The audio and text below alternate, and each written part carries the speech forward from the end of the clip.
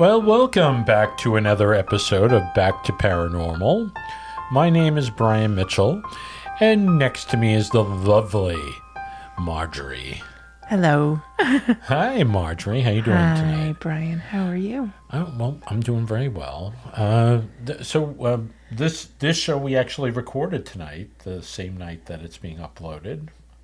Perhaps a little bit late, but so anyway, I don't want to say I'm under the weather, but I have a froggy in my throat. You do. I do. Have had some allergies the past couple of days, so. Yes, so anyway, I'm going to try to work through this, but it's kind of scratchy. You might hear me cough a little bit, and that should be okay. But you're doing okay. You're not affected by any of this tree allergies or whatever this is. No, but sometimes I am, definitely. Yeah. I've had some springs where just the flowering trees just, oh my gosh. Right. It makes you very sad because it's the most beautiful well, it's not the most beautiful, but it's such a beautiful season, and you want to go out and enjoy it, and then the coughing and the eyes and the itchy, all the spores and the pollen. Yes, the spores. But I made you a nice big pot of perfect peach herbal tea to soothe the velvet voice of Brian Mitchell. Oh, the sweet voice of Marjorie. And I hope it helps. Yeah. I was going to say to you, what kind of drink are we having tonight? Right. But no, we are. This is a huge surprise because normally Marjorie will have a cocktail for a little us. Something. And tonight it is the Bigelow Perfect Peach Herbal Tea. And it is quite refreshing. It's very, very... like a fresh picked peach, perfectly blended with warm spice. Wow, it sounds like you kind of just made that up. I read it from the box. Oh, okay. Anyway, we're going to toast. Boop, I'm sipping in solidarity. And this is not spiked in any way. Boop. There we go. And sip. It's really yummy. That was disgusting. Yeah. Okay. So what are we talking about tonight, Marjorie? Tonight, inspired by our new friend Jennifer from United States of Paranormal. Yes, they interviewed us for their show. Yes. And we enjoyed meeting them. And she was on an episode of a show that I had never actually heard of called A Haunting. And there are a lot of these shows out there, guys. Fear the Woods. Yes. Dread in the Night, I Survived, things like that. Yeah, okay? Bigfoot in My Soul. That's not an actual show. And we have now... But it's coming, I betcha. Because I believe I have Bigfoot in my soul. Oh, do you? I do. Okay, good. At least the hopes and dreams of one. Yes. Or many of them, actually. But I thought I was your Bigfoot. You are my Bigfoot, honey. Well, thank you. Thank you so much. You're so lovely tonight, by the way. Thank you, darling. Yeah, I just wanted to say that. Thank you. Yes. Sorry we're recording so late. Yeah, well, that's okay. It's been really busy, guys. It's been crazy. We've had some issues with our AC and the cooling in our apartment, and it's been going on and on. Yeah, it can't be resolved. So anyway, every time you think it's resolved, and another problem. The monster in our HVAC. Yeah, that's situation. The problem. Yes. Okay, so A Haunting. Yes. Maybe it's haunted. No. This is a good show. Okay, we've talked about some shows where we think some of it's great, some of it's not so great. Mm-hmm. Some of it looks hoaxy. This and that. We've talked about some TV series where we were like, okay, not buying it, and I will not name names, but. Right. This actually, because we started by watching the episode that we were recommended by United States of Paranormal podcast. Yes. And we thought, wow, that was really something. So now that we know about this show, let's watch a few more. And I really think it was good. I was the whole way through. I was looking everything up. I was fact checking a lot of things, And all of these people really seem very credible. There's nothing, some of the dramatizations were a little heightened, but that's what you're watching for, right? You're watching to get scared. You're watching for some drama. But the stories were really amazing. Yeah, they are. And I thought that the people who were participating were very credible. Yeah, don't expect like C-stringer actors here, because you're not going to get C-stringers. You're going to get something below that. I don't even know what a C stringer. Well, it's not an A-stringer, so let's just say, I guess an A-stringer would be what, like a Ryan Gosling or a Jennifer Lawrence, right? So it's like somebody that they're going to anchor a film to. And then you got the B-list, people that are not going to star, but they're familiar faces, right? Okay. Give me some names. Well, it could be. I don't know. Okay, it's fine. It could be like Rob Lowe, or Was he B-list? Well, now, but I would say now he's kind of a B-list, or Kevin Bacon or something like that, right? And then you get C-list of people that might have been on some shows, and the shows kind of, petered out. Yeah, like I don't want to say this guy's name, but not like David Schwimmer, right? Because I don't think he's done anything. He's a really good actor. He is a very good actor, but sometimes you capture the audience's imagination in a particular role, and then you could be great on TV, but somehow you don't kind of make it in the movies in a big way. He was on the OJ. The Ryan Murphy series. He played a Kardashian, that attorney, the defense attorney. Right. I honestly was really blown away. I was wow, because I never ever saw Friends. Yeah. Just because you're not a star doesn't make you, it doesn't make you a bad actor. It just means that you're not going to be carrying a film. You don't have the marquee value. Okay, so the actors who do the dramatizations are what? Like Z?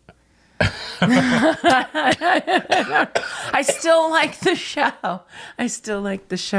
One thing that I thought was really funny was how some of these real life, individuals who are, there being interviewed about their ordeal with a haunting. Yeah. You see them, and then you see the actors who portray them, right, or the other sort of real life players. And some of these real life players get in the dramatization, in the acting role, get like serious upgrades. Oh yeah, definitely. And then some of them don't. And some of them don't. It's like, well, we didn't have the budget to. We couldn't. We didn't have enough time to cast the right person, so we settled with this girl or this guy. Yeah, this bloke. But you want to know something? But that's not the draw, honestly. The draw is really the story. Well, the real story, but then I give the producers credit because it's actually kind of scary when you watch this stuff. It does get pretty scary, and they're using all the abilities, all the effects, and the production techniques to kind of heighten the drama that's going on, and it's done very well. I have to say, and some of the acting is actually pretty darn good. True. The actress who played that first episode that we watched, where Jennifer was in a home where she was being attacked. Yeah. Or the resident's soul in that home did not want her there. Right. That little actress, boy, she was good. Yeah. Yeah. She made you really feel for her. And but tell them a little bit about that story. So basically, it was they moved into this house. She moved into this house. She was young. It was her first real estate purchase, and she was so happy. She was out in the middle of nowhere, but that made her very happy. And she just wanted to be out in the country, and she was sort of kind of getting to know the house, and strange things started happening, like flies and a rocker that she found in their house when she purchased it, the basement was full of objects that were left from the previous owner or previous owners. Right. And she thought, well, I can make use of this and what have you. Yes. And then it became very clear that there was an entity in that home that was sad. Right. And mourning, and he wanted her gone, and right. he was not nice, and it must have been very, very scary. Yeah. But he really needed to. It was probably good that she found him, even though she kind of paid the price. That's for sure. But right. That they could hopefully make him move on. Yeah. He built the house for his wife. Mm-hmm. And he adored her, and then the wife passed away, and then he eventually passed away in the home. Probably from a broken heart. Probably from a broken heart. A lot of anger too. Yeah. And then there's anger. There's a lot of that in some of these episodes where souls carry their anger or unfulfilled wishes into that next place, and they don't know what to do with all that energy. Yeah, that's kind of my theory. This is really yummy tea. Bigelow Perfect Peach. I've never had this. Oh, really? Mm-hmm. You always make it for me. I do make it for you. But you've never ever tasted it. No, I like different teas. Yeah.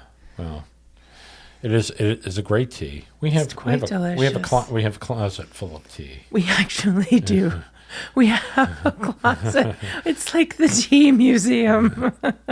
It's a haunted tea museum now. And it used to be that you would ask me for a pot of tea, and I would say, well, what kind would you like? But the selection has grown so exponentially over the years. I think you just send me in. You're like, do your best. Surprise me. Surprise me.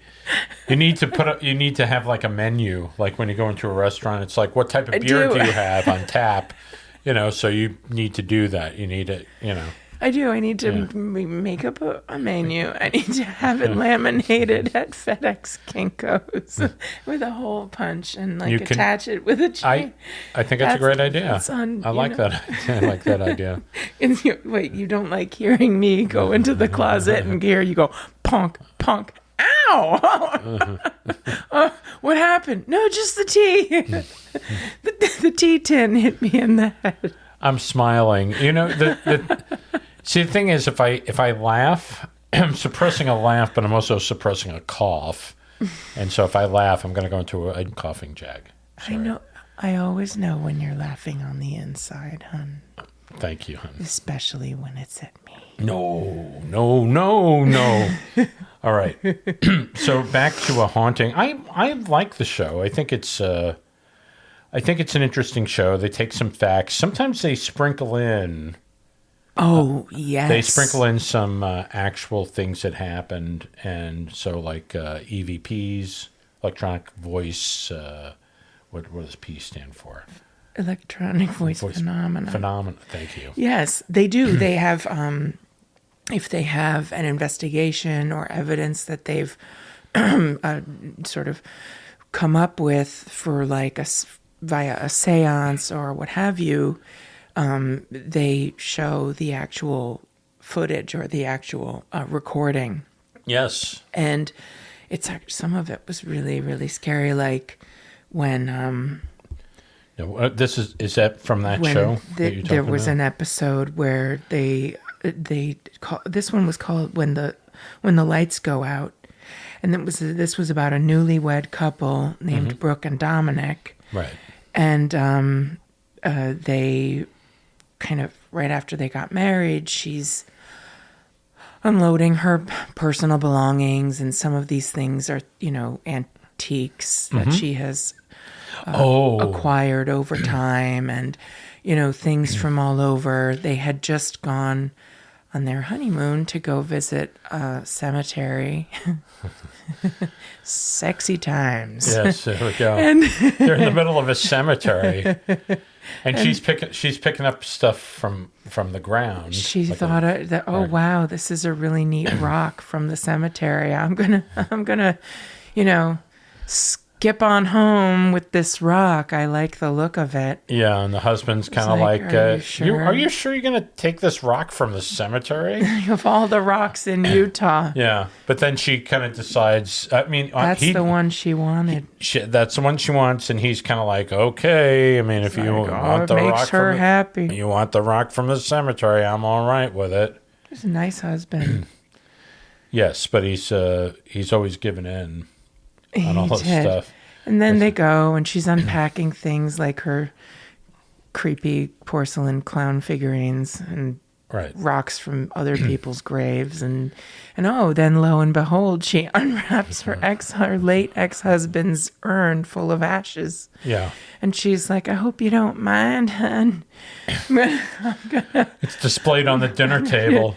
on a crocheted doily on the mantle. I was just like, oh, my Lord, help me now. With all these other creepy things. I think her mother was there, too. And the new husband, the new husband is like, are you sure this is supposed to be a fresh start? Yeah, maybe you should put her in a cemetery, or whatever. Right, and the ex-husband. And she's like, no, I don't want it here, And then he said, well, if it makes you happy. Yeah.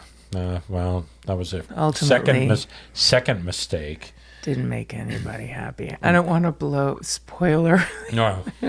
Well, let's just say at that point, everything kind of turns upside down. The husband is hearing things, and he's getting attacked, and so that's kind of the story. But and then all of a sudden, he goes to the eye doctor because he's starting to lose vision in one of his eyes. Yeah, and they reenact the scene with the eye doctor. Scariest moment of the whole episode is when they shoot him in the eye with a needle. Yeah. And he's like, second scariest. The top scariest for Marjorie was the creepy porcelain clown figurines on the crochet doily. But okay, that's just taste. And the needle was a close second. And then the needle in the eyeball was second to that. That was kind of it looked like something you would inject a horse with. Yes. And he's and the doctor's like, he probably didn't say this, but this is in my head. This is rolling around in my head. This won't hurt a bit, and it's just like 10-foot needle. The needle. Yeah. So he sticks it in his eye. Man alive. It's like, this will relieve the problem. And so, anyway. So he suddenly has some problem with his retina not getting enough blood supply. Anyway.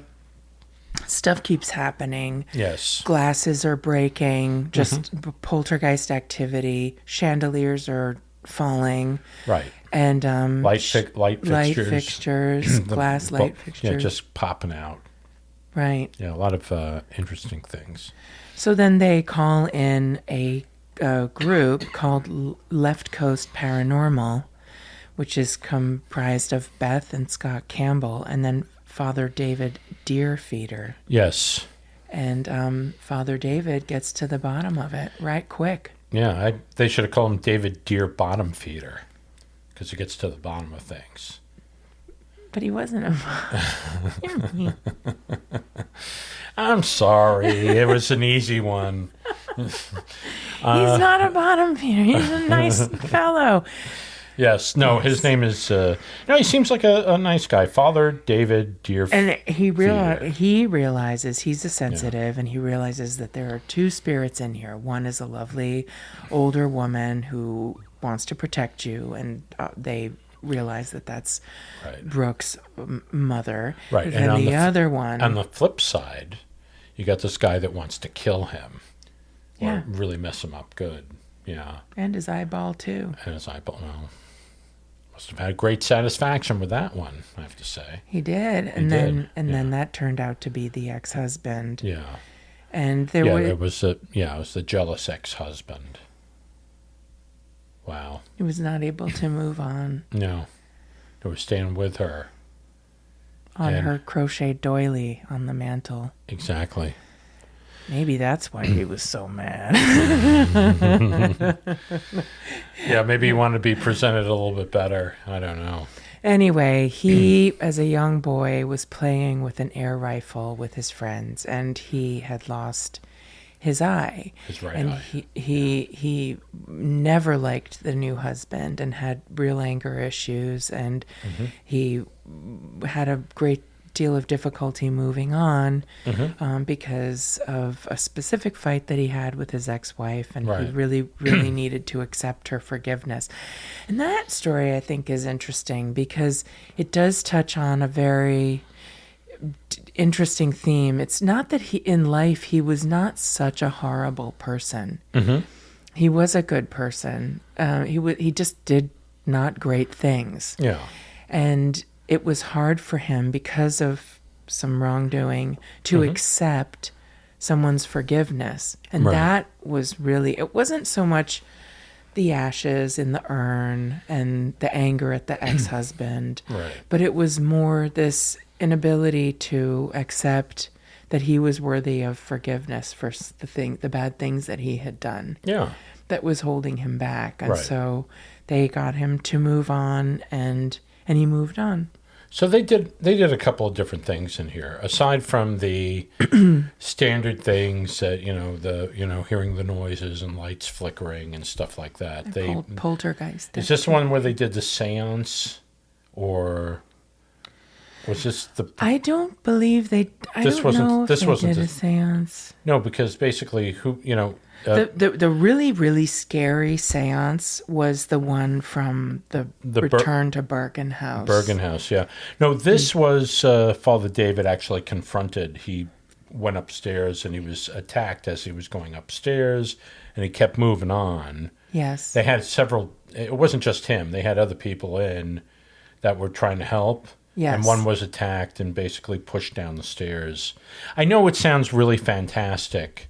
But this stuff is apparently, this is according to the people, because they have the people on as well. They have the actors portraying it, and then they bring the real people on, and they're sitting there and they're kind of doing their thing. So it all checks out, and that's one of the things that I found very interesting, in that it made it very credible. It wasn't just a string of tall tales that were not verifiable. A lot of this was very, very easily verifiable. Like, be it the actual spiritual healer who ended up being called in, or psychic mediums, right? Or the people who actually are living in the paranormal house. investigation and things like that. Yeah, I mean. One of the great things about it is they're talking to all these people individually, and they're basically all corroborating the story. Yes. Now, I'm just going to say this. These shows, it is a show, and I pointed this out before. And so, they are going to do things to kind of heighten the drama, because some of these things might be, they hear some bumps in the night, they hear, they got flickering lights, or things that are happening, and like the thing being pushed down the stairs and stuff like that, and this guy confronting, the spirit, and then being with the, and so it is a piece of entertainment, but, they back it up with those people to kind of say, yes, this happened.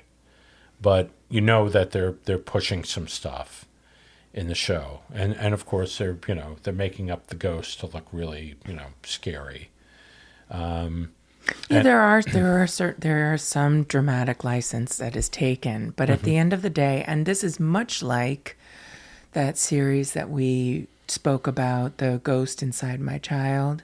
Yeah, it's a similar thing. That they really come out with a lot of very factual things that make everything kind of fall into place. So, I mean, I definitely think if you're looking for something that's spooky and exciting to watch, and like, wow, I really can't believe that happened to this family. Yeah. But that it's actually not just crazy over the top Hollywood fiction. This is an interesting series. This is an interesting show. Now, I'm just going to throw this out. this show, yeah, we're going to talk about a couple of different episodes. This show basically came on in the 2000s, and it was on for a couple of years, and then basically it kind of stopped production. And then a couple of years later, they started up again. So I think overall there's maybe 11, I want to say 10 or 11 seasons over the 25 years. That's a lot. It's a lot. But the show is not currently in production until it is. Until, they decide, oh, yeah, we should really do like another 8 episodes of this show.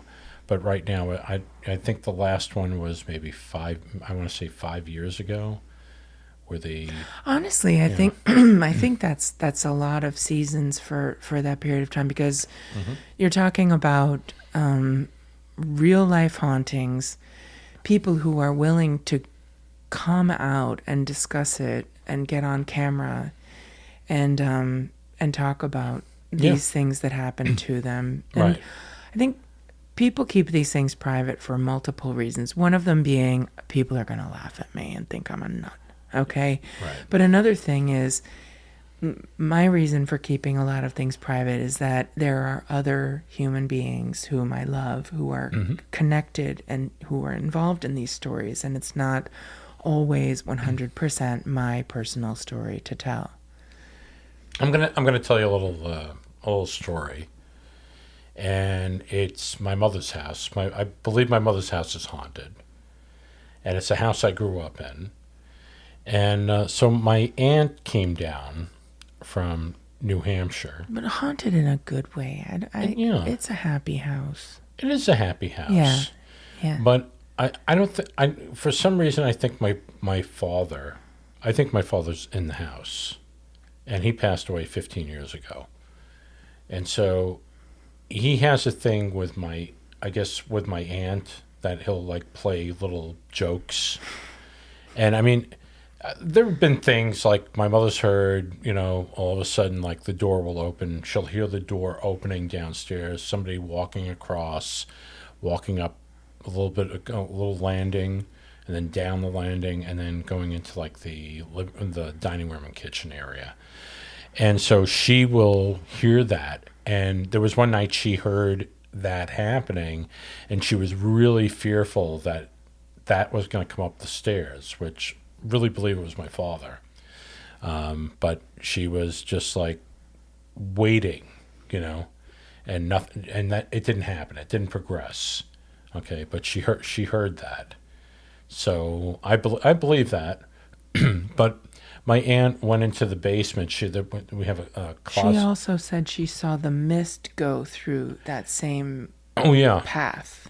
Yeah. In that area, she saw like almost like a figure. Like a fog. Yeah, but it was misty, kind of pass in front of her and go into this area like stairs and then basically kind of disappear. So she said that too, but my aunt was there.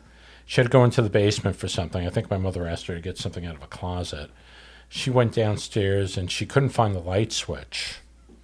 And she was fumbling around for the light switch for this closet.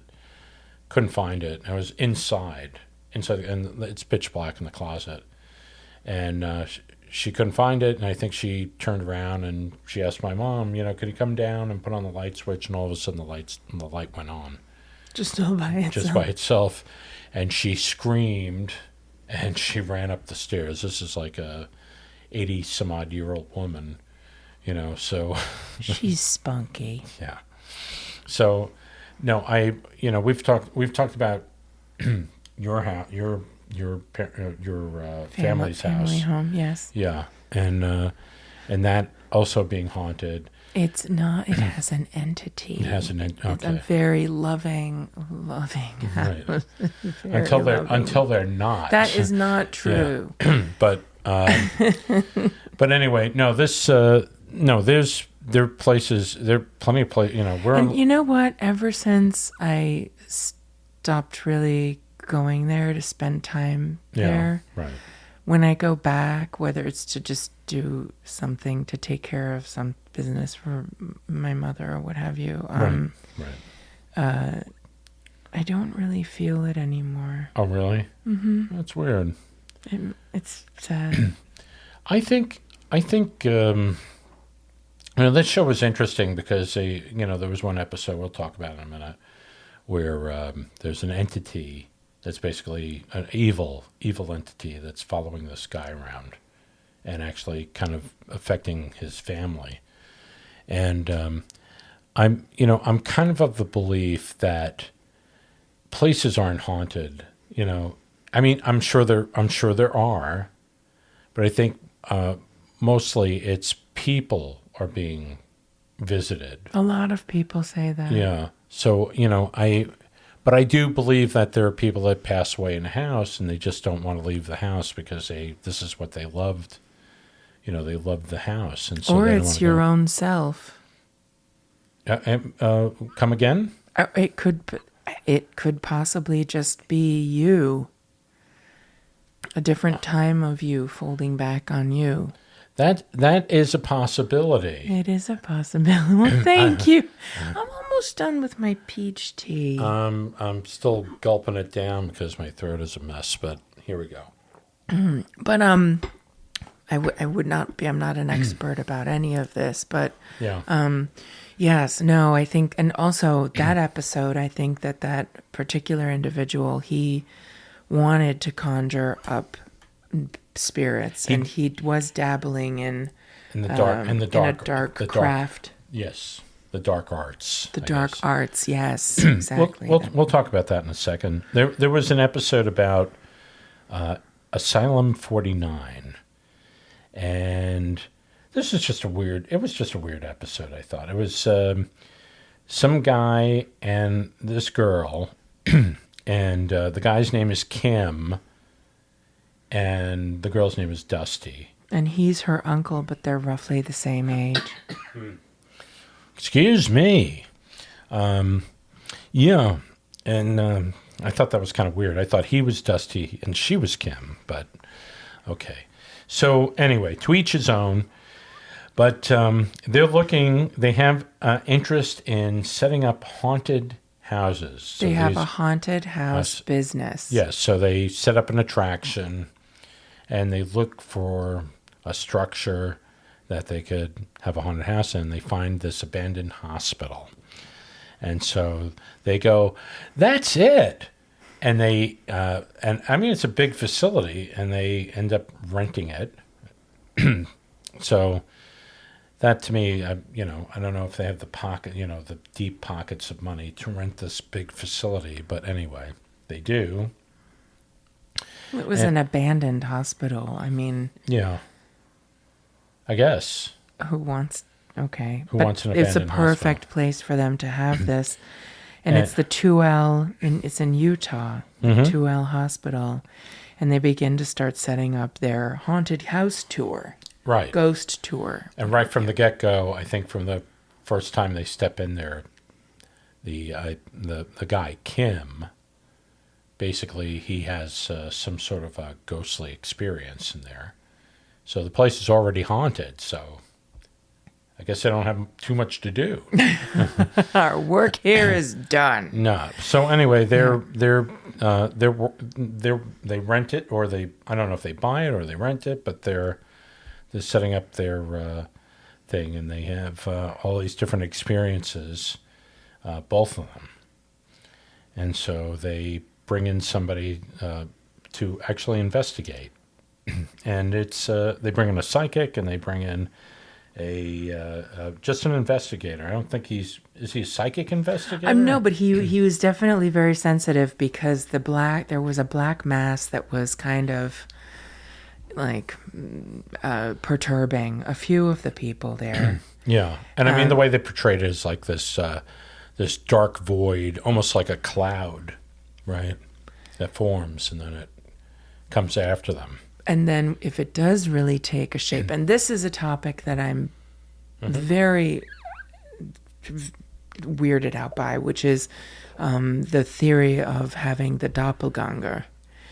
And when this black mass does assume its form, it imitates you. And it goes about and does things as you, that Yeah. you would not really otherwise do. So I've never told this story, but this is it's kind of an interesting one. I consider myself sensitive to this stuff, So I had to do a talk. I'm an animator. I've said this before on the podcast, and I was invited by a friend to an art school in Denver, Colorado. So they flew me out, and I gave a little talk and did my thing. But they wanted me to go into they had like an animation studio, like a classroom, right? So it's in the basement of one of the buildings. And what I had found out, it was actually after the fact, was it used to be a hospital. Yeah. So anyway, I found the area that they had this classroom, this big classroom. I found it to be, I was a little bit weirded out by it. And so what happened was, I went down there and I was helping people with what they were working on and stuff and giving advice, whatever. But I talked to the gentleman who invited me out there, and I said, I'm kind of curious. I kind of felt a little bit weird down there. I said, was that area, did that used to be the morgue? Oh, that was the feeling you got. And he said yes.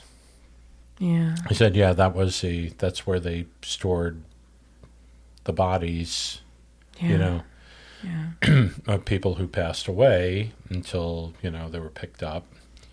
And so I had that sense. Mm-hmm.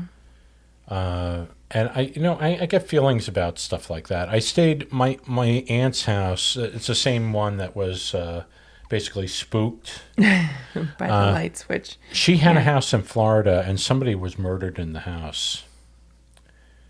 And this was, it was a beautiful house on the water. But when my uncle passed away, and they had seen shadow figures in the house. Oh, yeah. That's...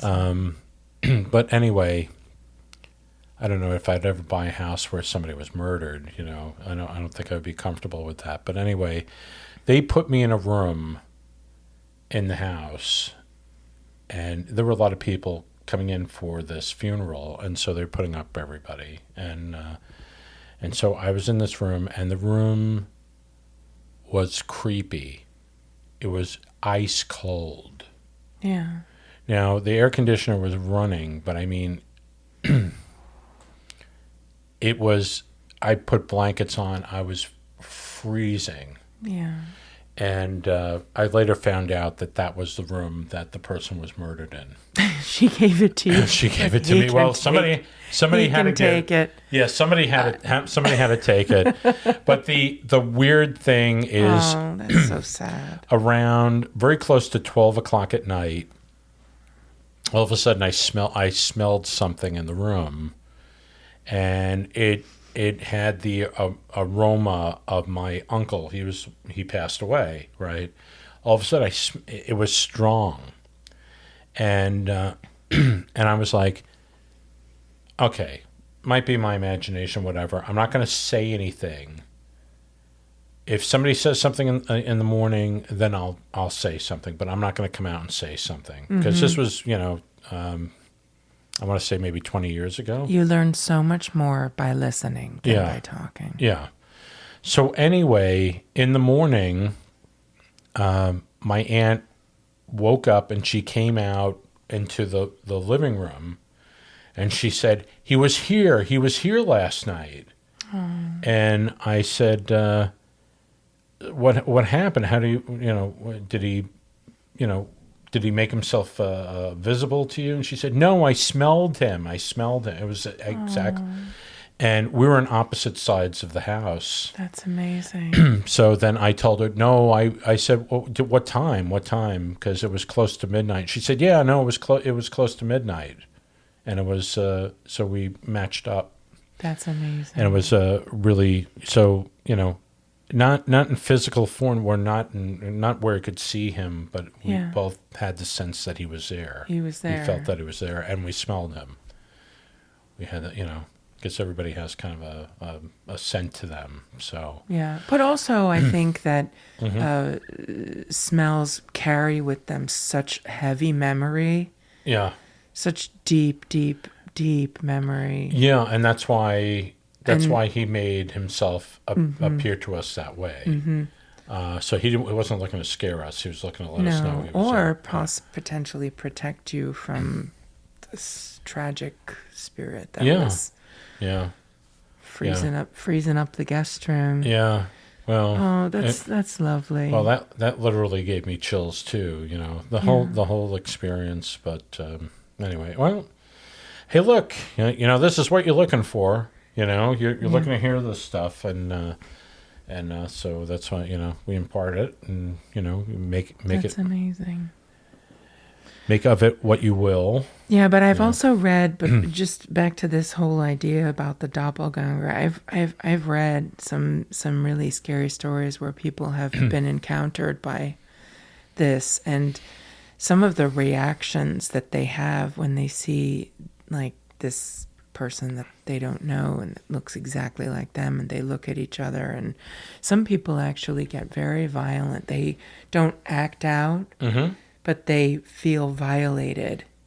Oh yeah, I can imagine. Yeah, I can understand that. Yeah, there are emotions that go through people that you wouldn't expect from those people at all. Right. But when they're confronted with something, it's like you're trying to steal something that's mine. There was something in the Three Stooges where Curly, Curly would see cheese and he would just go nuts.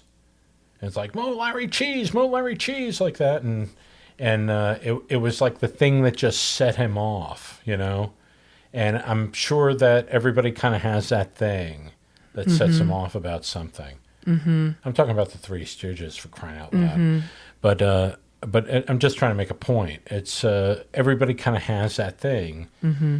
And one thing that used to set me off a long time ago was like, you're a liar. Someone saying that to you. Yeah, and I would be and I can imagine that setting you off. Yeah, and that would really set me off. Like, or somebody might say you're dishonest, and that would really be something that would, because it's not my character. That's not you. No. So it's like if somebody said that to me, I'd just get like really, really angry. It would really set me off, and because I'm not like that at all. Yeah. Yeah. But, to be accused like that, it's it really gets deep down into your soul, I guess. No, because they're maligning the person that you truly are. Yeah. Yeah. Yeah. It doesn't happen often. It's like once in a while somebody will say, and it's stupid, but hey. Anyway... I don't know. We went off on a tangent. Back to paranormal. There's very, very little that sets me off. Mm-hmm. No, you're wonderful. No, Marjorie's wonderful. She really is. She's a wonderful girl. Thank you, my love. Yeah. Thank you. But yes, I mean, if there were some other really interesting stories, and okay, this one was a very interesting. When it's this one, Return to Bergen House, and what they were talking about. Well, they were talking about a lot of things, and several different entities that were co-inhabiting this. Sorry, you're suffering, hon. No, I'm okay. Several different entities that were co-inhabiting this particular property, but the reason why a lot of the investigators who were dealing with this case felt that the reason why it was so heightened was because this house was right on a 10,000-year-old primordial swamp. Mm-hmm. That was thousands of acres of swampland that was protected, and that they feel that the just the aquatic nature of all of that living, breathing area out there was just a hotbed for promoting paranormal activity and heightened energy. Right. And they said, yes, we can clean the house of these spirits. They're the good ones that need to kind of, move on. And then the bad ones whom we would like to rid forever. But because of the placement of the house being on this type of property, being very, very wet and just perpetually damp, that it's prone to a heightened activity. And that's something that I think is really interesting. And I've heard that several times before, but I've never really done enough looking into it to understand the reason why. I mean, okay, water is a conduit for energy, but I didn't realize that it was such a reliable conduit for spiritual, paranormal energy. Yeah, I keep hearing that water, like if you have a glass of water and you say some sort of a prayer with the water in front of you, like somehow it energizes that prayer, like supercharges it. I don't know if that's true or not, but some people believe that. It's just one of those things, Yeah, but didn't you say that there was an experiment done once with 2 glasses of water? No, it was actually a bunch of... I think it was a number of different glasses of water, and a person would talk to it and direct their energy toward it, saying something really good about the water, and then another glass of water would be like this hateful thing, like, you are bad, and you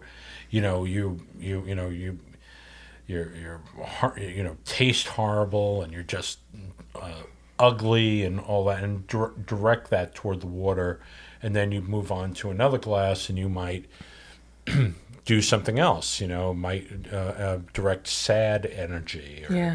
And so, so they would had all these things kind of earmarked, and then did that. And then when they examined the water, they found that the crystals looked different.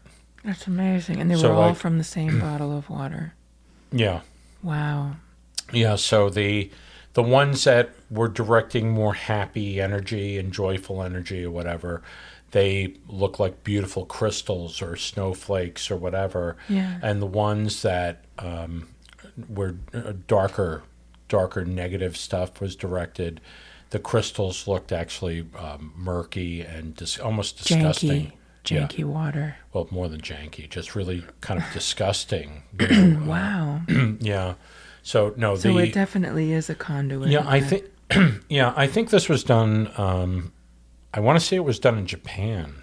Wow. Where they did this experiment, but I want to look that up. Yeah, I mean, no, I believe you, but I would like to look up and see like the images. Yeah, I find that fascinating. I've seen the images, and it's if this is true, it's amazing. Wow. Yeah.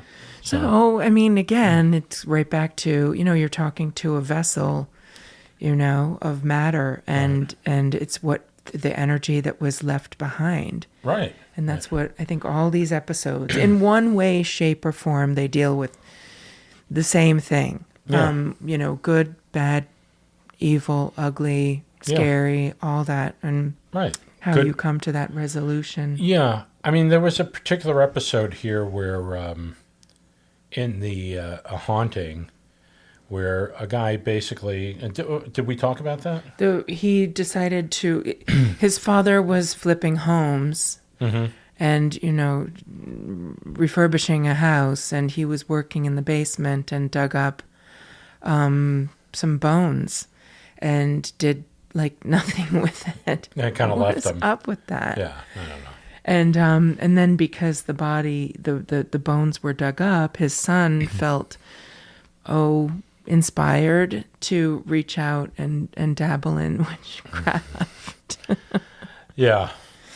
Well, I've heard before that, things that you can use, like a Ouija board or something like that, to conjure things up like that. Spirits. You keep hearing it's not a good thing to do, because it kind of brings... I don't know if it brings good or dark energy. I don't know. I mean, but if you are pursuing that type of thing, you're pursuing a dark energy, I'm pretty sure you're going to find it. He was calling, he got a book on witchcraft, and he was summoning these energies that I don't think he knew enough about any of it, and I don't think that that's something that you should do. No. And of course, I don't know. I don't know what he was trying. What was he trying to accomplish exactly? I don't know. Yeah. I don't know. I don't But it was but it was but anyway, he conjures up dark energy, and they really ruin his life for a while. Yeah, I mean, it really affects him, and to the point where he can't even say Jesus. You know, he can't even say it. And, it wouldn't come out. It wouldn't come out. Yeah, when he basically has somebody that actually knows how to cleanse him and and cleanse his soul, and it's basically he cannot say it. He did. He finally found, and lucky for him, he found her. Her name was Nora Rayner. Yeah. A healer. Yeah. And not somebody that you find in the phone book. It's basically this is something. She has a gift, and she can do some amazing things. So you could see the person who played her on the show. They wouldn't actually show her face. She didn't actually want her face to be shown. Yeah, she didn't want to be. That one's coming out. You poor thing. Okay. Anyway, she didn't want her face to be shown because she doesn't want to be known. You know, I mean, only through I guess social circles, right? I suppose. Yeah, so she's not in the phone book, and she's not, you can't just call her up and say, "Hey, I got $1,000. I need you to do this, for my home." She's not like that. But she is there. If somebody says, "I need help," then she will help, because she feels that this is a gift from God, that she can go in, she can cleanse a home and help people. It is a gift from God. I mean, this guy was in some real trouble. This whole world is a gift from God. That is true. Everything you look at, I'm looking at you when I see God in you. Honey. Yeah. So. I feel that way too. Yeah. Well, thank you. You know I do. Yeah. So. I think we should wrap up. I know, we could go into one episode after the other. No. But if you're interested in hearing these stories, this is a good show. I think the people really seemed credible. Yeah. And it's a piece of entertainment. It is entertaining. But what makes it for me is the fact that they will have like an EVP of somebody talking. The actual. The actual. Clip. The clip, yeah. Or they'll have some video from like a seance or something, and it's kind of like backing up. Plus they got the real people, so they got the actors, and then they cut back, and reminds me of another show that it's a show about the ER, and I forgot the title of it. There's a couple of different versions of it, but they talk about these. Sex sent me to the ER. That's one of them, there was a cleaner version, which was it's not all that crazy, that show, but anyway, there was something else that's sending me to the ER, and it's always something that is done that's just a little bit crazy, and then how they resolve it, and it could be just somebody they have a bacterial infection. They don't know what happened. They're trying to figure it out, like what caused it or whatever. And then they realize, oh, it's the spa that you're bathing in. You're not, Monsters Inside Me. Oh, what is that? That's the show. No. This is an ER show. It's one of those ER shows. And they're trying to figure out why this person is sick. I can't watch those. But it's the same type of premise. Yeah. They have it as a dramatization. Yeah. Thank you. Of what happened, yes. But then they have the real doctor there, in the background. They'll have verifying all of it. Yeah. Yes. And so it's the same kind of thing, but they're doing it with a haunting. And so that to me makes it a little bit more credible that they're. And so this show, like I said, there's, I don't know. I think the first 2 episodes of the show they were like feature length. They were like, 90-minute shows. Really? Yeah, the first 2. Holy and then, cow. But all the other ones that followed are about probably about 40, 44 Under an minutes, hour, 40 to yeah. 42 minutes, yeah. Something like that. Some of the seasons are on Sling, and some of them are on Discovery Plus, And some of them are on Tubi, and it's some all of them, over the place. It's all 'cause over the it's place. not- So if you want to piece it together, you're going to have to go to a couple of different services. But fortunately, a lot of them are free, and you can actually just watch this stuff. Yeah. So, and I actually really enjoyed it. I thought it's it's a cool haunted house show. Of course, like I said, they're dramatizing everything, but it seems to be on the money for me. Yeah, I enjoyed it. Yeah. I did. Yeah, so there you go. So a haunting. A haunting. A haunting. Yes. And so, okay, so I'm going to throw this out. Throw it out. Okay. So, we're trying to get people to review the show. I'm trying to get people to do that. And so so we're going to offer a little contest. Ooh, okay. Okay. So the little contest is we have the Back to Paranormal mug. Okay.